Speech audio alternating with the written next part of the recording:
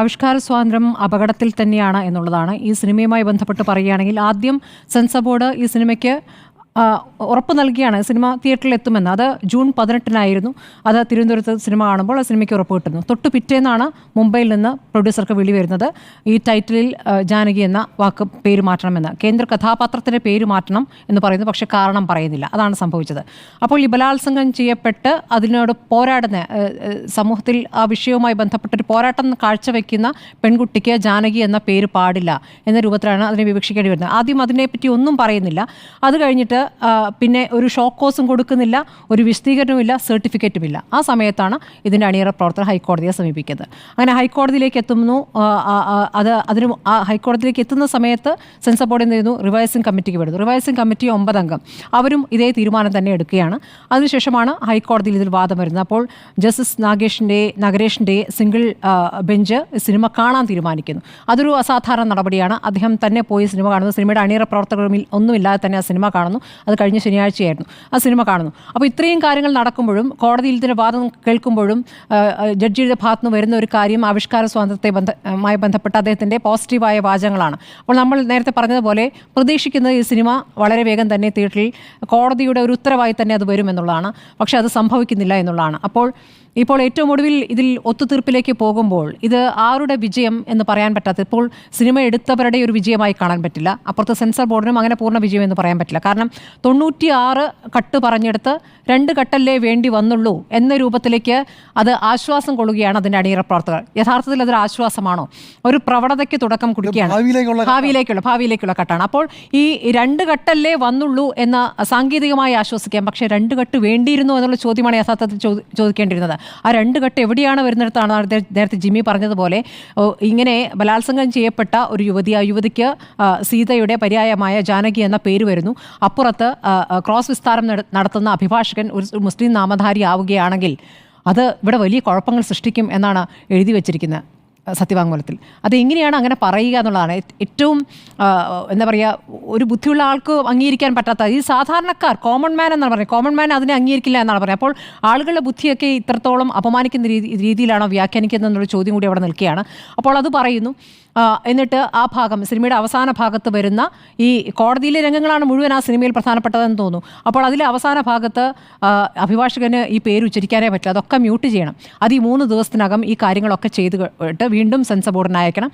പിന്നെ censor board അംഗീകരിച്ച് പിന്നെ തിയേറ്ററിലെത്തണം. അപ്പോൾ ഈ 3 ദിവസത്തിനുള്ളിൽ ശ്വാസം മുട്ടുകയാണ് യഥാർത്ഥത്തിൽ അതിൻ്റെ സംവിധായകനും അണിയറ പ്രവർത്തകരും. ഇത് ഞാൻ മനസ്സിലാക്കുന്നത്, എനിക്ക് തോന്നുന്നതിൻ്റെ ഒരുപക്ഷെ നിർമ്മാതാവ് എങ്ങനെയെങ്കിലും ഇങ്ങനെ ആവട്ടെ, എങ്ങനെയെങ്കിലും പോകട്ടെ, അങ്ങനെയൊക്കെ അറിയാമല്ലോ, അങ്ങനെ നിർമ്മാതാവ് കൂടി ആയതുകൊണ്ട് അവസാന നിമിഷം ഇത്രയും പണം പോകുന്നൊരവസ്ഥ, വലിയ നഷ്ടത്തിലേക്ക് കൂപ്പുകുത്തുന്നൊരവസ്ഥ, അപ്പോൾ സിനിമ എങ്ങനെയെങ്കിലും വെളിച്ചം കാണട്ടെ എന്നൊരു തീരുമാനത്തിലേക്ക് വരുമ്പോൾ അവിടെ ഈ സമയപരിധിക്കകത്തുള്ള ഒരു ഒത്തുതീർപ്പിലേക്ക് വഴങ്ങിയാണ്.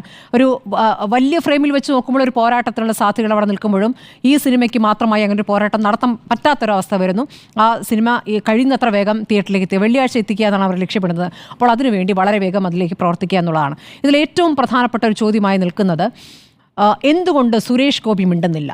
സുരേഷ് ഗോപി മിണ്ടേണ്ടതല്ലേ എന്നൊരു ചോദ്യം അവിടെയുണ്ട്. സുരേഷ് ഗോപി സിനിമയിലെ നായക കഥാപാത്രമാണ്. ഈ നായക കഥാപാത്രമാണ് ഇതിൽ അന്യമതസ്ഥനായി വരുന്നത്. അദ്ദേഹം അതിലെ കഥാപാത്രത്തെക്കുറിച്ചൊന്നും പറയേണ്ടതില്ല. പക്ഷേ അദ്ദേഹം ഈ സിനിമയുമായി ബന്ധപ്പെട്ട് ഇങ്ങനെ അതിൻ്റെ അണിയറ പ്രവർത്തകർ ഇങ്ങനെ കോടതി കയറി ഇറങ്ങുമ്പോൾ അദ്ദേഹം ഉത്തരവാദിത്തപ്പെട്ട സഹമന്ത്രി കൂടിയാണ്. അപ്പോൾ ഈ കേന്ദ്ര സർക്കാരിൻ്റെ സമീപനമായി ഇങ്ങനെ ഒരു വിഷയം അവിടെ വരുമ്പോൾ അതിനോട് പ്രതികരിക്കേണ്ടേ, ഉത്തരവാദിത്തപ്പെട്ട ഒരു മന്ത്രി എന്ന നിലയ്ക്ക് പ്രതികരിക്കേണ്ടേ എന്നുള്ളതാണ്. അപ്പോൾ സിനിമയുമായി ബന്ധപ്പെട്ടുള്ള ആരും തന്നെ ഇപ്പോൾ സുരേഷ് ഗോപി പ്രതികരിക്കാത്തതിനെക്കുറിച്ച് പറയുന്നില്ല. അദ്ദേഹം നിങ്ങൾ കോടതിയിലേക്ക് പോകൂ എന്ന് പറഞ്ഞതായിട്ടാണ് കേൾക്കുന്നത്. അങ്ങനെയാണോ അതിനെ സമീപിക്കേണ്ടത്? അദ്ദേഹം ഒരു പരസ്യ പ്രതികരണം, ഉത്തരവാദിത്വത്തോടെ അദ്ദേഹം സമൂഹത്തോട് പ്രതികരിക്കേണ്ടതല്ലേ എന്നൊരു ചോദ്യം അവിടെ നിൽക്കുകയാണ്. ഇനിയിപ്പോൾ സെൻസർഷിപ്പിനെ പറ്റി ഒക്കെ പറയുകയാണെങ്കിൽ ചരിത്രമുണ്ട്, ശരിയാണ്. എല്ലാ കാലത്തും ഈ ബ്രിട്ടീഷ് കാലത്ത് മുതൽ ഈ സെൻസർ ബോർഡ് എന്ന രൂപത്തിലല്ലെങ്കിലും സെൻസർഷിപ്പ് നടക്കുന്നുണ്ട്. അത് പല രൂപത്തിലാണ്. ഓരോ കാലത്തിലും ഭരിക്കുന്ന രാഷ്ട്രീയ പാർട്ടികളുമായി ബന്ധപ്പെട്ട വിമർശനങ്ങൾ വരുമ്പോൾ അതിനെ ആ സിനിമയെ തടയുന്ന രൂപത്തിലൊക്കെ അത് പ്രവർത്തിച്ചിട്ടുണ്ട്. ഈ അടിയന്തരാവസ്ഥയുമായി ബന്ധപ്പെട്ടൊക്കെ നമുക്കറിയാവുന്നതാണ്. ആ സിനിമകളുടെ കാര്യങ്ങളൊക്കെ നമുക്കറിയാം. പക്ഷേ ഇത് ഒരു ഐഡിയോളജിയുമായി ബന്ധപ്പെട്ട് ഈ വിഷയം വരുമ്പോഴാണ് അതിൻ്റെ ഗൗരവം വർദ്ധിക്കുന്നത്. ആ ഐഡിയോളജി എന്നുള്ളത് ഒരു മാസിൻ്റെ ഐഡിയോളജി ആകുന്നു. ഒരു മാസ് തീരുമാനിക്കുന്നു. ആ മാസ് എന്ന് പറയുന്നത് തീവ്ര വലതുപക്ഷത്തിൻ്റെ ആശയം ഏന്തുന്ന ഒരു മാസ് തീരുമാനിക്കുന്നു. ആ തീരുമാനത്തിലേക്ക് എന്താ പറയുക, സർക്കാരിനെ ഇപ്പോൾ സർക്കാർ തീവ്ര വലതുപക്ഷമാണ്. സർക്കാർ പക്ഷേ ഈ സിനിമയുമായി ബന്ധപ്പെട്ട് എന്തെങ്കിലും ഒരു നിർദ്ദേശം കൊടുത്തായിട്ടൊന്നും നമുക്ക് തോന്നുന്നില്ല. കാരണം ഈ സിനിമ അങ്ങനെ ഒരു മറ്റൊരു തരത്തിലുള്ള ഒരു ഗൗരവത്തിലുള്ള ഈ വിവാദമാകാവുന്ന ഒരു വിഷയം കൈകാര്യം ചെയ്യുന്നില്ല. ഒരു സ്ത്രീ പീഡിപ്പിക്കപ്പെട്ടതുമായി ബന്ധപ്പെട്ട ഒരു വിഷയം, അത് കോടതിയിലെത്തുന്ന വിഷയം എന്നുള്ളതേ ഉള്ളൂ, ആ പേര് മാത്രമേ ഉള്ളൂ. അപ്പോൾ ഈ പറഞ്ഞ പോലെ രാജാവിനേക്കാൾ വലിയ രാജഭക്തി കാണിക്കുകയാണ് യഥാർത്ഥത്തിൽ ചെയ്തിരിക്കുന്നത്. പക്ഷേ ഇതൊരു പ്രവണതയായി ഇനി അങ്ങോട്ട് പോകും. ഇനി ഒരു പേരിടാൻ, സിനിമാ കഥാപാത്രങ്ങൾക്ക് പേരിടാൻ ഇനി ബുദ്ധിമുട്ടുന്ന ഒരു സാഹചര്യമുണ്ട്. ഇവിടെ പട്ടാളം ജാനകി എന്ന് പറഞ്ഞൊരു സിനിമ ഉണ്ടായിട്ടുണ്ട്, ഉണ്ണിമേരി നായികയായിട്ട്. ഇനി അതൊക്കെ പറയാൻ പറ്റുമോ? ഇതിൽ വില്ലൻ കഥാപാത്രങ്ങൾക്ക് ദൈവത്തിൻ്റെ പേരുണ്ടായിട്ടുണ്ട്. ഇനി ആ വില്ലൻ കഥാപാത്രങ്ങൾക്ക് ഇനി ദൈവത്തിൻ്റെ പേരിടാൻ പറ്റുമോ? വലിയ ചോദ്യമല്ലേ. അതാണേ. അപ്പോൾ ഇനിയിപ്പോൾ ഹിന്ദു നാമധാരി ഹിന്ദു ദൈവങ്ങളുടെ മാത്രമാണോ? അപ്പോൾ ക്രിസ്തുമതവുമായി ബന്ധപ്പെട്ട് ബൈബിളുമായി ബന്ധപ്പെട്ടുള്ള കാര്യങ്ങൾ തിരിച്ച് മറ്റു മതസ്ഥർക്കും അതാവാമല്ലോ, ഉന്നയിക്കാമല്ലോ. ഉന്നയിക്കാമല്ലോ, അവർക്ക് ഉന്നയിക്കാമല്ലോ. അതെന്താ നിങ്ങൾക്ക് മാത്രമേ പാടുള്ളൂ, ഞങ്ങൾക്ക് പാടില്ല എന്ന ചോദ്യം ഉന്നയിക്കാമല്ലോ. അങ്ങനെ സമൂഹത്തിൽ ഇല്ലാത്തൊരു കാര്യം ഉണ്ടാക്കി അവിടെ ഒരു പ്രവണതയ്ക്ക് തുടക്കമിടുകയാണ്. ഇതിൽ ഞാനൊരു തിരക്കഥാകൃത്തും സംവിധായകനും നടനുമൊക്കെ ഒരാളുമായിട്ട് ഞാൻ സംസാരിച്ചു. ഒരു പ്രധാനപ്പെട്ട ആളാണ്. അദ്ദേഹം പറയുന്നത് ഇപ്പോൾ ശരിയാണ്, ഇപ്പോൾ ഫെഫ്കെ അടക്കം മലയാളത്തിലെ സിനിമാ സംഘടനകളെല്ലാം ഒരുമിച്ച് കൊണ്ടൊരു പ്രതിഷേധം തലസ്ഥാനത്ത് നടന്നിട്ടുണ്ട്. ബി ഉണ്ണികൃഷ്ണൻ അതിലെടുത്ത മുൻകൈ ഒരു പ്രധാനപ്പെട്ട ഒരു കാര്യം തന്നെയാണ്. അതിന് അദ്ദേഹത്തെ ശ്ലാഘിക്കേണ്ടതുണ്ട്. പക്ഷേ അത് ഇവിടെ മാത്രം ഒതുങ്ങേണ്ടതല്ല എന്നുള്ളതാണ്. കാരണം ഇത് കേരളത്തിലെ സിനിമകളെ മാത്രം ബാധിക്കുന്നൊരു വിഷയമല്ല, ഇത് രാജ്യത്താകെ തന്നെയുള്ള ബാധിക്കുന്ന വിഷയമാണ്. അപ്പോൾ അതൊരു ഐക്യപ്പെടൽ എന്നുള്ളത് രാജ്യത്താകെ വരേണ്ട ഒരു ഐക്യപ്പെടലാണ്, ഒരു മാസ് മൂവ്മെൻ്റായി തന്നെ വരേണ്ടതാണ്. അതിലേക്ക് പോകുമോ എന്നുള്ളതാണ്. സിനിമാ സംഘടനകൾക്ക് അങ്ങനെ ഒരു വലിയ പ്രതിഷേധ പരിപാടിയിലേക്ക് ഇപ്പോൾ തഗ് ലൈഫ് കർണാടകയിൽ തടഞ്ഞല്ലോ, അതിനുശേഷം കോടതി എന്തു പറഞ്ഞു? അപ്പോൾ ഇതൊക്കെ ഒരു ജനക്കൂട്ടം അങ്ങ് തീരുമാനിക്കുകയാണ്, വേണ്ട അങ്ങ് തീരുമാനിക്കുകയാണ്. അപ്പോൾ അതിലേക്ക് സർക്കാരുകളും വരുന്നൊരു സംവിധാനത്തിലേക്ക് പോവുകയാണ്. അത് വളരെ അപകടകരമായ സാഹചര്യമാണ്. ആവിഷ്കാര സ്വാതന്ത്ര്യം പൂർണ്ണമായും ഇല്ലാതാകുന്ന തരത്തിലേക്ക് പോകുന്നൊരു സാഹചര്യമാണ്. അതിനെ തടയേണ്ടതുണ്ട്, അത് ഒരുമിച്ച് തടയേണ്ടതുണ്ട്. ഏതെങ്കിലും ഒരു സിനിമാ പ്രവർത്തകന് ഒറ്റയ്ക്ക്, അല്ലെങ്കിൽ ഇപ്പോൾ കോടതി കയറി ഇറങ്ങുന്ന ഒരാൾക്ക് ഒറ്റയ്ക്ക് ചെയ്യാൻ കഴിയുന്ന ഒരു കാര്യമല്ല. അതുകൊണ്ട് അവർക്കതിൽ പ്രതികരിക്കാനും പരിമിതിയുണ്ട്. ആ നിസ്സഹായാവസ്ഥ ഒരു നേട്ടമാക്കി എടുക്കുകയാണ് സെൻസർ ബോർഡ്. പക്ഷേ ഇതിനി ഇങ്ങനെ വിട്ടുകൂടാ എന്നുള്ളതാണ്. ഒരുമിച്ച് എല്ലാ തരത്തിലും രാഷ്ട്രീയ പാർട്ടികൾ കൂടി, ഇവിടുത്തെ പ്രതിപക്ഷ രാഷ്ട്രീയ പാർട്ടികളും ഇതിനോട് ചേരേണ്ടതുണ്ട്, ഇതിൽ പ്രതികരിക്കേണ്ടതുണ്ട്, ഇവർക്കൊപ്പം നിന്നുകൊണ്ട് ഇതിൽ പോരാടേണ്ടതുണ്ട്. ഒരു സിനിമയുടെ മാത്രം വിഷയമായിട്ടല്ലല്ലോ ഇത് നിൽക്കുന്നത്, പല തലങ്ങളിലേക്ക് അത് കടക്കുകയാണല്ലോ. അപ്പോൾ സിനിമ എന്ന വിഷയത്തിലേക്ക് വരുമ്പോൾ നമ്മൾ അത് ചർച്ച ചെയ്യുന്നത് മാത്രം. അപ്പോൾ ഇതൊരു മാസ് മൂവ്മെൻറ്റ് ഇതിന് ആവശ്യമാണ്. ആ രൂപത്തിലേക്ക് അത് പോകുമെന്ന് തന്നെയാണ് പ്രതീക്ഷിക്കുന്നത്.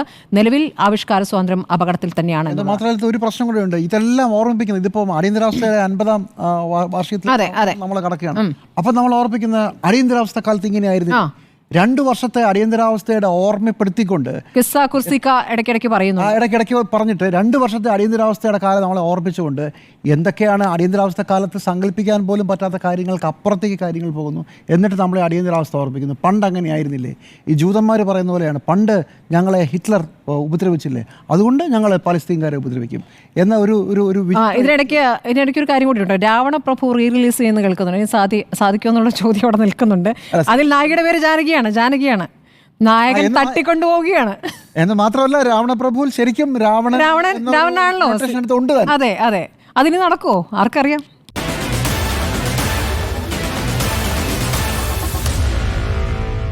Meet the editors.